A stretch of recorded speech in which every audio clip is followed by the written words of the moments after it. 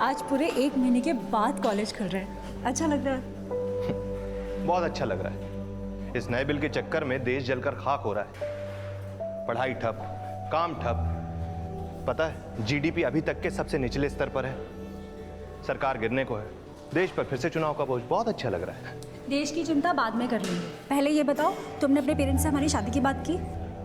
नहीं, डर लगता है कहीं सरकार की तरह हमारा गठबंधन। ये जोर दौड़ की सरकार नहीं है, हमारे प्यार का बंधन है। और शादी हमारा चुनाव। इसलिए हमारे पेरेंट्स को हमारे फेवर में वोट डालने ही पड़ेंगे। तुमने ये कैसे सोच लिया कि हम किसी गैर मजहबी लड़के के साथ तुम्हें निकाह करने की इजाजत देंगे? अबू, हिंदुस्तान सेक्युलर नेशन है और हमारा संविधान मुझे खुद अपना हमसफर चुनने का हक देता है। अबू, निकाह तो मैं मंजू से ही करूंगा। मैं शादी करूंगी तो सोहेल के साथ ही करूंगी, नहीं तो क्या? बोल। अरे चुप क्यों हो गई? देख मंजू, आज तक के तेरी हर जिद पूरी की, लेकिन किसी दूसरे धर्म के लड़के के साथ तुझे कभी शादी नहीं करने दूंगी। शादी तो हम करके रहेंगे, बस एक बार यूके का वीजा लग जाए। यूके का वीजा? क्यों? हाँ, मैंने प्रवीण भैया से बात की थी, हमारे रिश्ते को लेकर खुश हैं। कह रहे थे मैनचेस्टर आ जाओ, शादी करा दूंगा। रियली? सोहेल और मंजू की प्रेम कहानी जल्द ही प्रेम विवाह में बदल गई।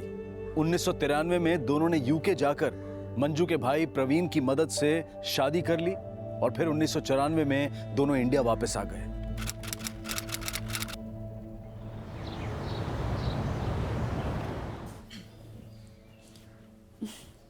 कैसी लग रही हूँ मैं? बहुत अच्छी। तो फिर हम होटल में क्या कर रहे हैं? चलो ना। कहाँ? अरे तुम्हारे घर या मेरे घर? चलो ना। मंजू, जाना तो मैं भी चाहता हूँ, लेकिन नहीं जा सकते। क्यों? अरे क्योंकि रस्म रिवाज के हिसाब से शादी के बाद पहले लड़के के घर जाया जाता है। और अम्मी भी तुमसे मिलने के लिए बेकरार हैं, लेकिन क्या? अब्बू बहुत गुस्से में है। तुम्हारे घर में क्या माहौल है? प्रवीण भैया ने ना सब कुछ हैंडल कर लिया है। मम्मी पापा में मम्मी तो ठीक है, पापा थोड़े से नाराज हैं, उन्हें मैं संभाल लूंगी। बाकी मेरी मौसमी दीदी है ना, उन्होंने यूएसए घर में फोन किया था और सबको समझा दिया। वाह यार, तुम्हारे भाई बहन तो बिल्कुल तुम्हारे साथ हैं। बड़ी खुशनसीब हो तुम। हाँ, वो तो मैं हूँ। तुम्हें पता है, अगर तुम मेरी मौसमी दीदी से मिलोगे ना, वो ऐसी जादू करनी है, एक बार तुम्हारे अब्बू जान से मिल लेंगी ना, तो तुम्हारे अब्बू जान के गर्म गुस्से को नरम कर देंगी। मुझे नहीं लगता। अब्बू से बाद में मिल लेंगे, फिलहाल तुम्हारे घर चलते हैं, ठीक है? हाँ ठीक है, सामान पैक ये करो। सही है।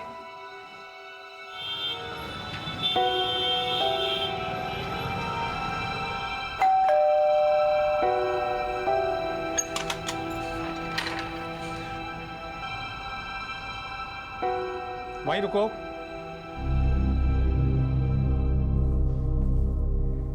ऐसा क्या इस लड़के में जो हमें बताए बिना तुम इसके साथ इंग्लैंड भाग गई? पापा जरा सुन दो। तू चुप रहे। अब कुछ बोलेगी या देखती रहेगी? पापा प्लीज, ये एक्टिंग छोड़ दो। हाँ, फिल्मी डायलॉग ना मुझे भी बहुत अच्छे से बोलने आते हैं। अब सोहेल के बारे में बोलना शुरू करूंगी तो आप लोग ही कहोगे कि मैं ख्यालों में चली गई हूँ। प्लीज, सोहेल अच्छा लड़का है और प्रवीण भैया ने आपको सब। तुम भी इसकी तरह से फिल्मी डायलॉग ही मारते हो? नहीं सर, मैं डायलॉगबाजी में नहीं, हकीकत में यकीन रखता हूँ। और हकीकत यह है कि मैं और मंजू एक दूसरे से बहुत प्यार करते हैं। ये बहुत खुश है मेरे साथ और हमेशा खुश रखूंगा सर इसे। Sir, we complete each other. इससे ज्यादा मेरे पास कहने के लिए कुछ और नहीं है सर। गुड। अच्छा लगा तुमसे मिलके। पापा, आपने तो डरा ही दिया था सच्ची। तुम दोनों के प्यार ने आखिरकार हमें झुका ही दिया। खुश रहो। I am happy for both of you. आप लोगों को होना चाहिए था, पता है, वहाँ बहुत सुंदर है पापा। एक फैमिली फोटो हो जाए। स्माइल।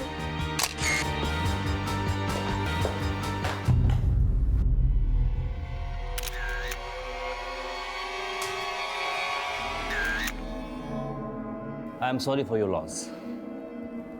सोहेल जी, मुझे आपका स्टेटमेंट लेना होगा, प्लीज डोंट माइंड। कैसे हुआ ये सब?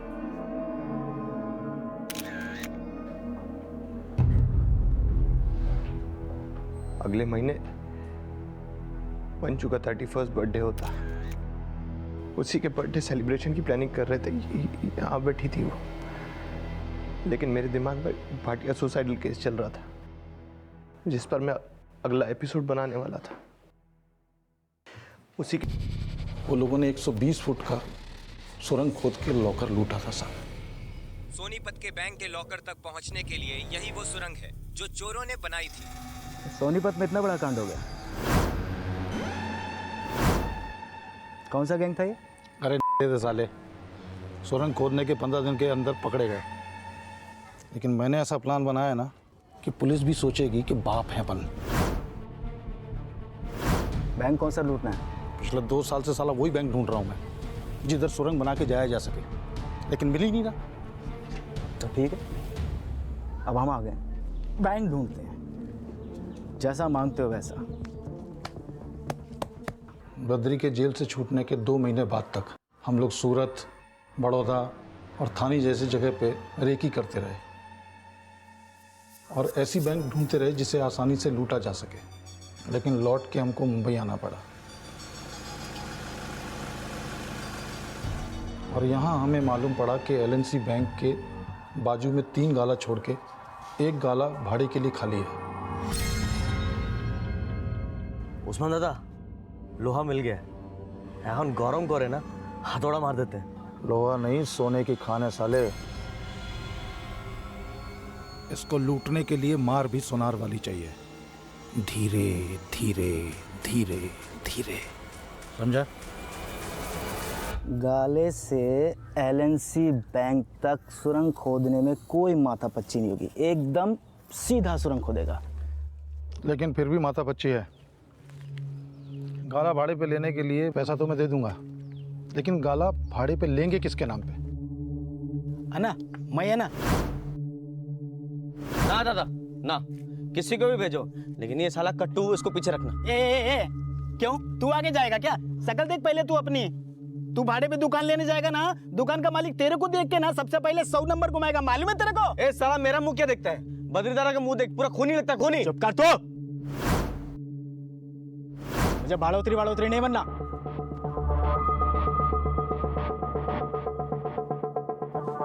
भाई आप बन सकते हो। क्या बोल रहा है तू?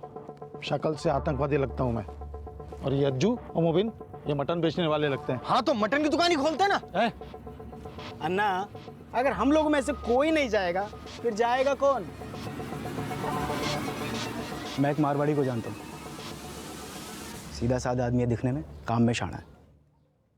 फिलहाल वो भी जेल में।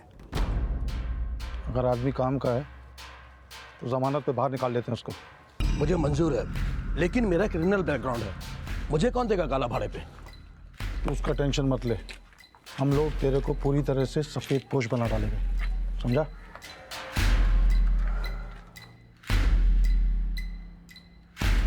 देख, ये तेरा आधार कार्ड, ये तेरा पैन कार्ड। वो गाले के बाजू में विट्ठल स्टेट एजेंट है, गाला उसी के पास है। ये पैसा उसको देने का और डील नक्की कर, ठीक है? देखो सेठ, गाले तो बहुत है अपने पास, आपको किस काम के लिए चाहिए? वो परचून की दुकान खोलनी है। 1.5 लाख रुपए डिपॉजिट और 30,000 रुपये भाड़ा, इतना बजट है आपका? हाँ चलेगा। तो ठीक है, टोकन देके बुक करवा लो। अच्छा, 20,000 और ये 21,000 टोकन के। अबे आपका डिटेल्स लगेगा, जैसे कि पासपोर्ट, आधार कार्ड और पैन कार्ड। बिट्टू भाई, वो पासपोर्ट तो मैंने बनवाया नहीं, पर हाँ मेरे पास आधार कार्ड और पैन कार्ड है। हाँ, ये ठीक है, एक काम करो, कल आ जाना, ओनर से मिलके पेपर बनवा लेते हैं। जी जी। और हाँ, बाकी का जो पैसा है वो चेक में दे देना, जैसे चेक क्लियर हो जाएगा आपको गाले का पैसा मिल जाएगा। वो विठल भाई, मैं बाकी का पैसा भी कैश में ही दूंगा। ठीक है। कन्हई ने गाले का डील फाइनल कर लिया।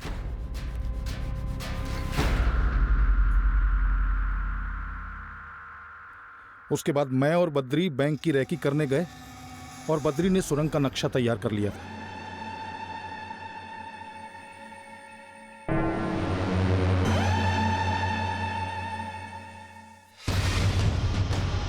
बैंक में घुसने के बाद लॉकर रूम आखिर में लेफ्ट से शुरू होता है। अब ध्यान से सुन लो सब। एंट्री से लॉकर रूम की दीवार लगभग 22 फीट है और सभी गालों की लंबाई 30 फीट, यानी लॉकर 8 फीट में बना हुआ है। तो अब हम अपने गाले के पीछे वाले 8 फीट से सुरंग की खुदाई शुरू करेंगे और सीधा लॉकर के अंदर।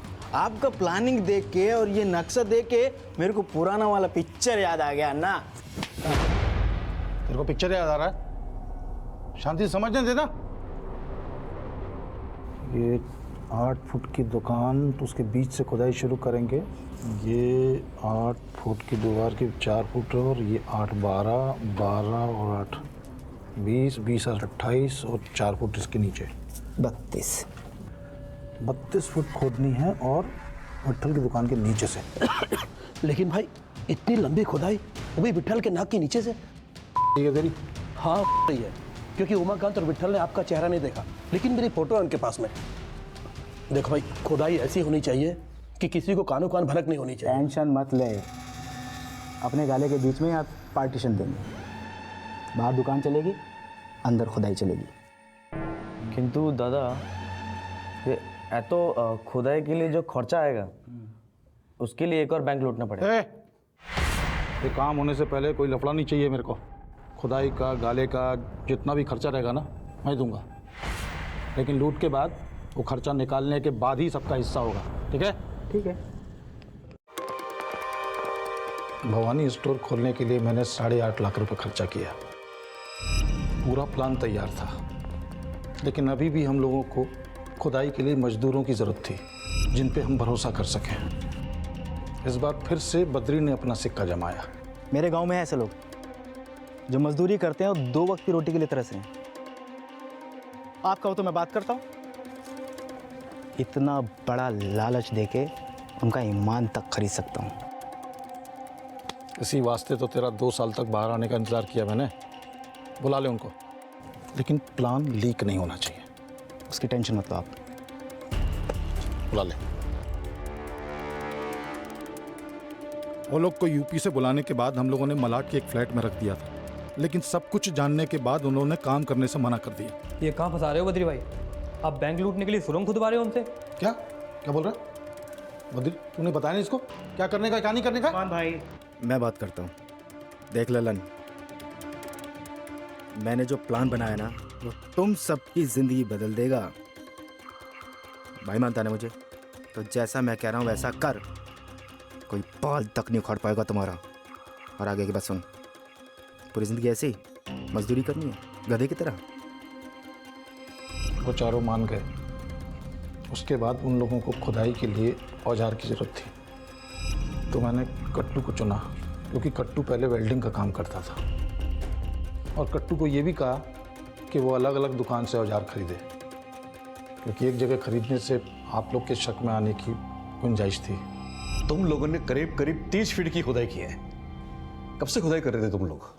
सर, खुदाई का मुहूर्त तो कनाई ने निकाला था। वो थोड़ा पूजा पाठ में मानता था, तो उसका दिल रखने के लिए हमने मई से खुदाई शुरू की। मई में कुछ निर्जला एकादशी करके हिंदू लोग का त्यौहार होता है। सब कुछ मुहूर्त के हिसाब से करने के बाद भी कनाई ने हम लोगों को परेशान करना शुरू किया। उस्मान भाई, मैं दुकान के बाहर से ये नाप आप सब चेक करके आया, पर मेरे को क्या लगता है कि हम लोग जहाँ गड्ढा कर रहे हैं ना, यहाँ की जगह दीवार के थोड़े और करीब गड्ढा करना चाहिए, क्योंकि खुदाई करते हुए हम लोग थोड़ा आड़ा टेढ़ा निकल गए ना, तो लॉकर रूम की जगह सीधा बैंक में निकलेंगे, और बैंक में CCTV कैमरा, सबके सब मारे जाएंगे। तो मेरे बनाए नक्शे में कमी निकाल रहा है? पर मैंने एकदम सही बनाया है। 1 मिनट बद्री, बोल रहा है ना, सुन ले। चेक किया हुआ इसने? अरे तो इंची टेप थोड़ी लेके गया था ये। ठीक है कट्टू, इंच टेप ले और इसका पाँव का नाप ले बराबर से। चल। अन्ना 10 इंच है। 10 इंच है ना? सुन बराबर से पैर रख के ऐसे जमा के ऐसे जोड़ के चेक करना। कि जहाँ से हमने खुदाई शुरू की है और जहाँ तक पहुँचे हैं वो कितना है। पता कैसे करें? ऐसे ना, ये ऐसे करके।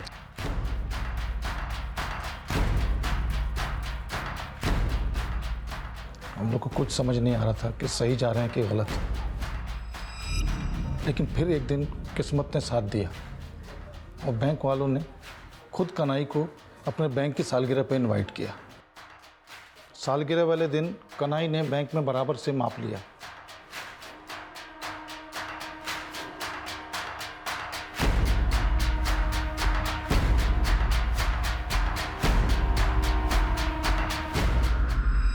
और फिर खुद आके बोला कि बद्री का माप एकदम बराबर है।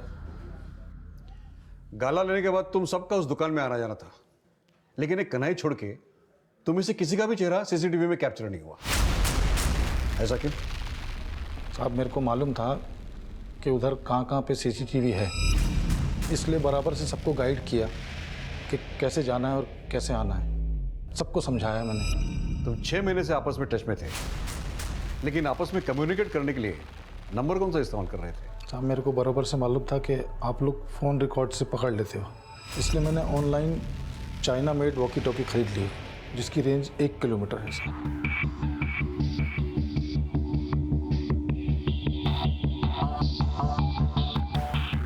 जब भी खुदाई चलती थी तो सामने पार्किंग में हमारे 2 लोग कार में वॉकी टॉकी लेके बैठते थे।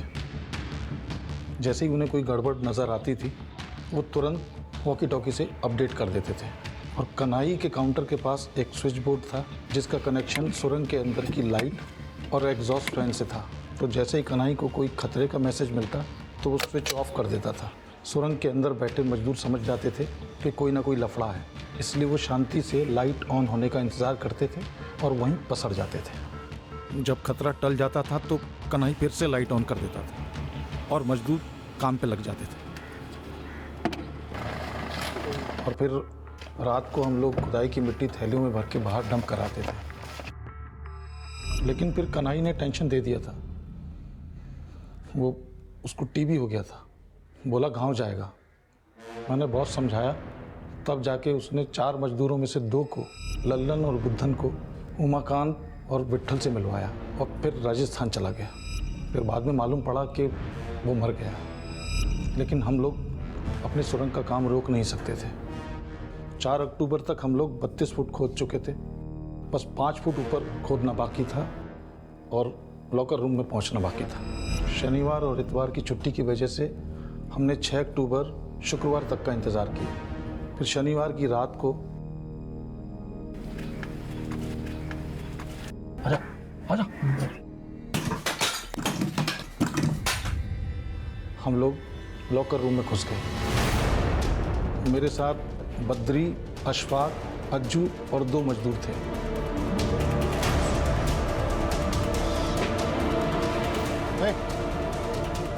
रुक अंदर चल, अंदर चल।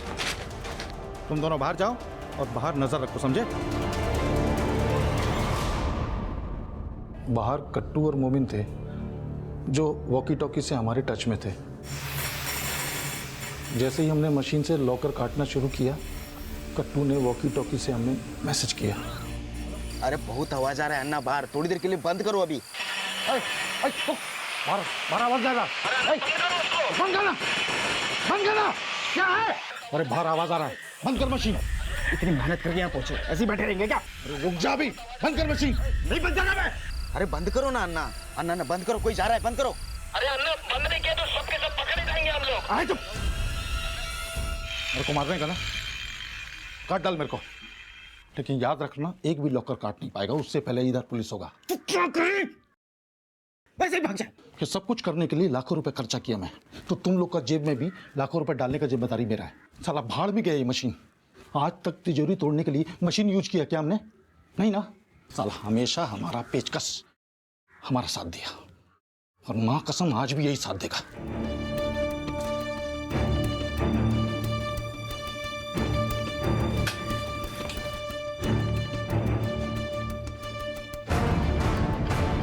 एक लॉकर को खोलने में 20 से 25 मिनट तक का टाइम लग रहा था। शुरू में हमने जितने लॉकर खोले लगभग सब खाली थे, तो मैंने आइडिया लगाया और की होल से तार डाल के चेक किया। तार अगर अंदर तक लॉकर में जाता था तो समझ जाता था कि लॉकर खाली है, और अगर बीच में रुक जाता था तो समझ जाता था कि माल है।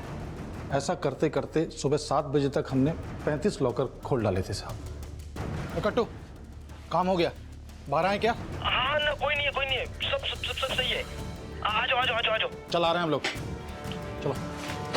ए, कूद।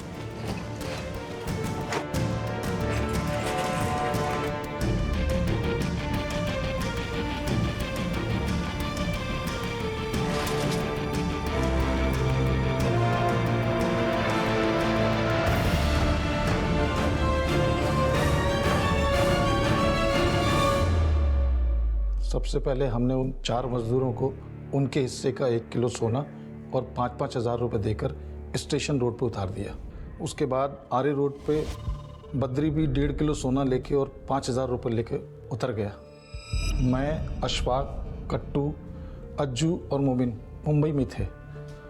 फिर 9 अक्टूबर को मैंने मालेगांव एक सुनार को फ़ोन किया। कौन सुनार?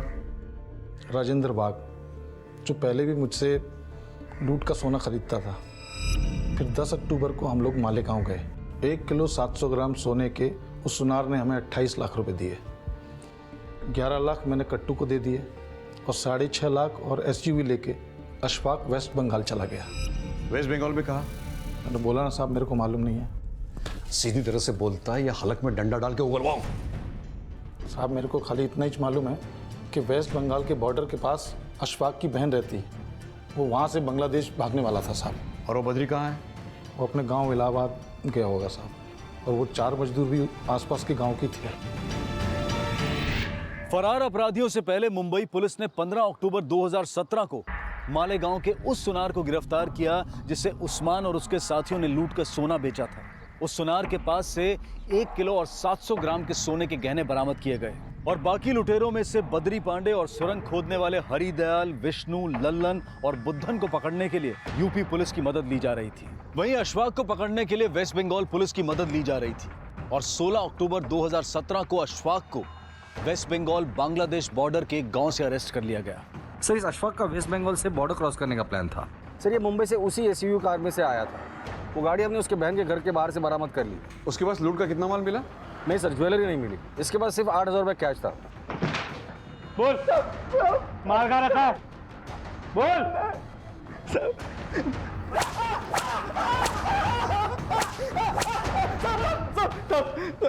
मुंबई पहुंचे, मुंबई में है सब, मुंबई में है। मुंबई में कहा? एंटोपिल सर, मेरी सास के घर पे।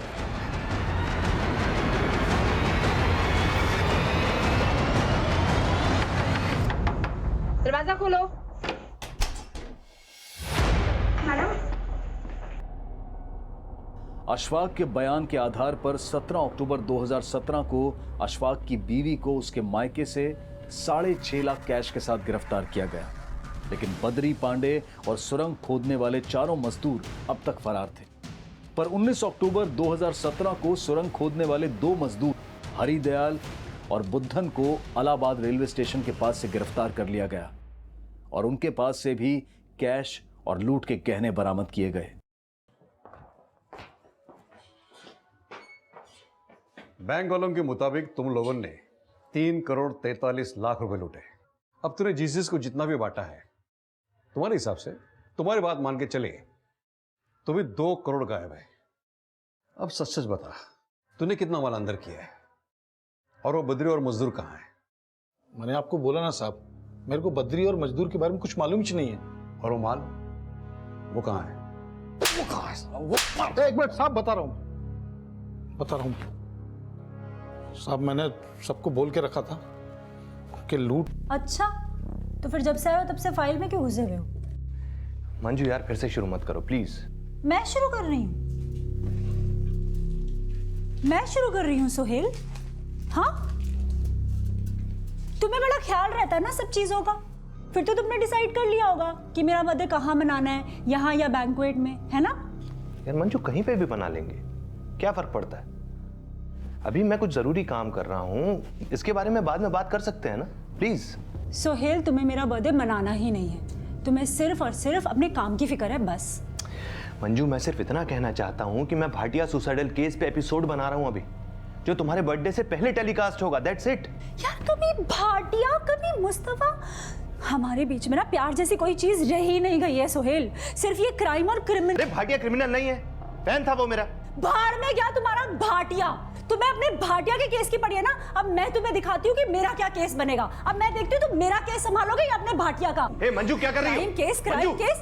मंजू मेरी बात सुनो। मंजू, अनन्या बेटा आप कब जग गए बेटा? मंजू तो कुछ भी नहीं है, और भी कितने। मंजू क्या हुआ सर? मेरी वाइफ मंजू ने सुसाइड करने की कोशिश की, प्लीज हेल्प। मंजू चलो चलो मंजू। मैं उसको नहीं बचा सका सर, नहीं बचा सका उसको।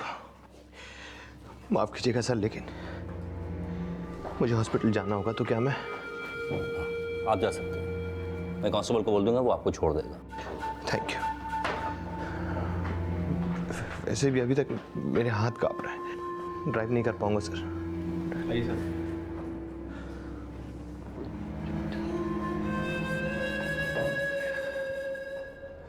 अभी हम सोहेल शमसी जी के घर के बाहर हैं।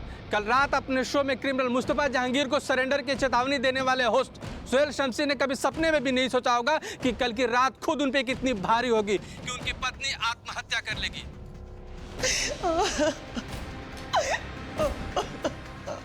सोहेल जी आप हमें बताइए, क्या आप अपने पत्नी का मर्डर किया है या उन्होंने आत्महत्या किया है? सोहेल जी आप प्लीज कुछ बताइए, आप मीडिया को बता क्यों नहीं रहे? सोहेल जी आपकी पत्नी ने आत्महत्या किया है या आपने मर्डर किया है?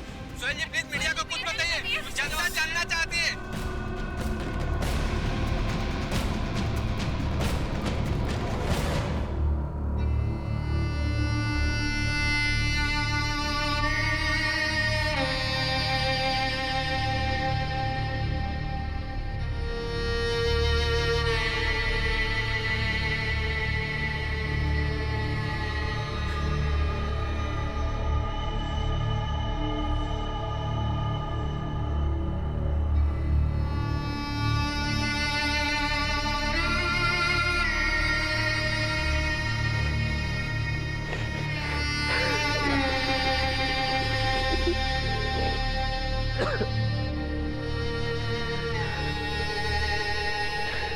रन्या के बारे में नहीं सोचा पापा।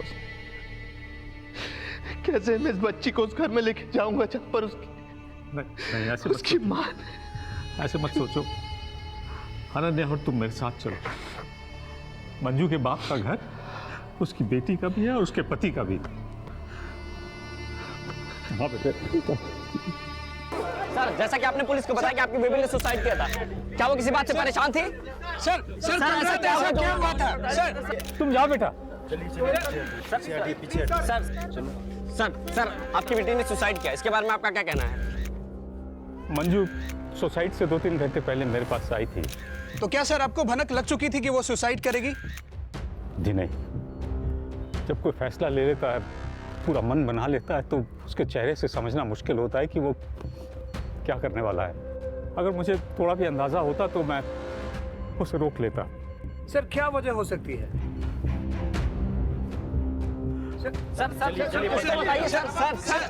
सोहेल के बाद जब मंजू के माता पिता का बयान लिया गया तो उन्होंने ये माना कि मंजू शॉर्ट टेम्पर्ड थी और गुस्से में अपना आपा खो देना उसका स्वभाव था।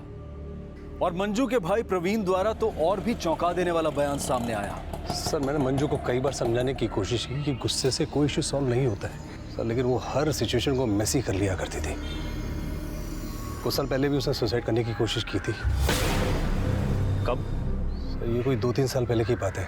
प्रवीण और उसके माता पिता ने मंजू की मौत में किसी भी तरह की साजिश का संदेह नहीं जताया, लेकिन मंजू की 2 बड़ी बहनें भी थी। मंजू की मझली बहन मौसमी तब यूएसए में रह रही थी और बड़ी बहन स्नेहा दुबई में। उस हादसे के बाद बड़ी बहन स्नेहा ने फैक्स के जरिए अपना बयान पुलिस को भेजा, जिसमें उसने कहा कि मंजू की मौत में उसे किसी भी तरह के फाउल प्ले का कोई शक नहीं है, जबकि मझली बहन मौसमी द्वारा कोई प्रतिक्रिया जाहिर नहीं की गई। अब पुलिस को इंतजार था मंजू की पोस्टमार्टम रिपोर्ट का।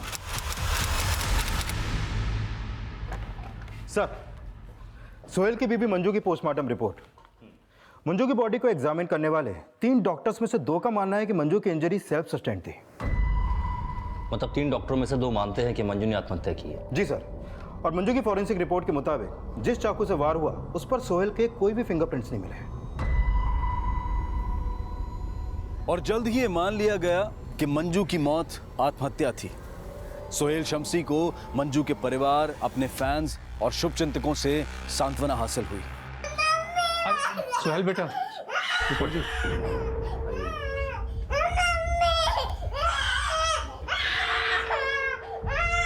लेकिन मंजू की मौत के 3 महीने बाद जब मंजू की मजली बहन मौसमी यूएसए से इंडिया वापस आई तो इस केस का रुख ही बदल गया।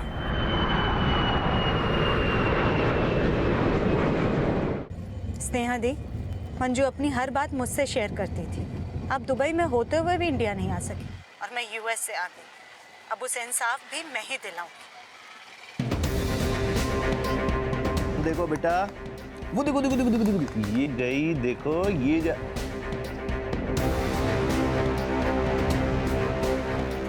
बेटा आप यहाँ बैठना एक मिनट। ये पकड़ो पकड़ो पकड़ो। तो ऐसा बिल्कुल भी नहीं है। मेरी बहन मंजू की आत्महत्या का जिम्मेदार उसका पति सुहेल ही है। आप कहना क्या चाहते हैं? सोहेल ने अपनी बीवी को सुसाइड करने के लिए इंस्टिगेट किया? जी हाँ, इंस्टिगेट तो वो उसे बहुत पहले से कर रहा था, लेकिन उस रात मंजू ने सुसाइड नहीं की बल्कि उसका मर्डर हुआ था। आपके मुताबिक सोहेल ने अपनी पत्नी को मारा है? जी हाँ, जिस आदमी की इमेज आप लोग की नजरों में क्रिमिनल्स को पकड़वाने वाली है, एक्चुअली में वो खुद एक क्रिमिनल है। उसने अपनी वाइफ मेरी बहन मंजू का मर्डर किया है और ये बात मैं बहुत जल्दी प्रूव भी कर दूंगी। देखते ही देखते मंजू की बहन मौसमी मीडिया की सुर्खियां बन गई। उसने मंजू की मौत के 3 महीने बाद उसे आत्महत्या नहीं बल्कि हत्या बताया। पर क्या उसके दावे में कुछ सच्चाई थी? क्या मंजू ने आत्महत्या की थी या फिर वाकई में उसका पति सोहेल ही उसका हत्यारा था? जो केस आत्महत्या मानकर अपने फैसले की कगार तक आ पहुंचा था, क्या मंजू की बहन के बयान के बाद वो हत्या का केस बन पाएगा? इन सवालों के जवाब हमें मिलेंगे कल रात 11 बजे इस केस के दूसरे और आखिरी भाग में। अब मैं अनूप सोनी आपसे विदा लेता हूं, फिर मुलाकात होगी। तब तक अपना और अपने परिवार का ख्याल रखें और देखते रहें क्राइम पेट्रोल डायल 100। 1 को सीख हम सब